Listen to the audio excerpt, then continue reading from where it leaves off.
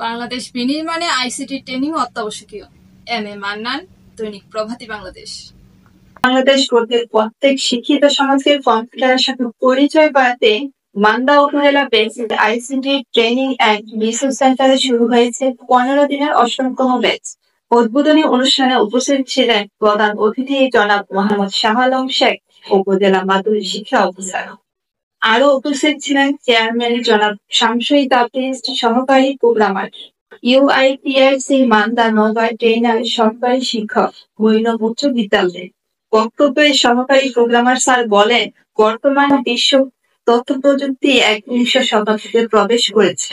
প্রযুক্তির ছোঁয়া ছাড়া আজ কোনো খাতে ভাবা যায় না। শিক্ষা, স্বাস্থ্য, কৃষি, ব্যবসা বাণিজ্য, প্রশাসন সবকিছুতেই তথ্য ও যোগাযোগ আইসিটি অপরিহার্য হয়ে উঠেছে। এই প্রযুক্তিকে যথাযথভাবে কাজে লাগাতে হলে দরকার দক্ষ জনশক্তি, যারা আইসিটি জ্ঞান ও দক্ষতায় পারদর্শী।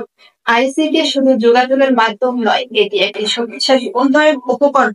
ই governance, e commerce, e learning, telemedicine, এই সবকিছুর পেছনে আছে আইসিটির ব্যাপক ব্যবহার।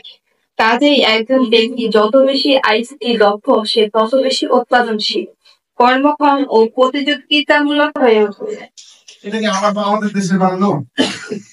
এই যে সফটওয়্যার গুলো আছে, কিছু আমাদের দেশে, কিছু অ্যাপ আমাদের ভালো।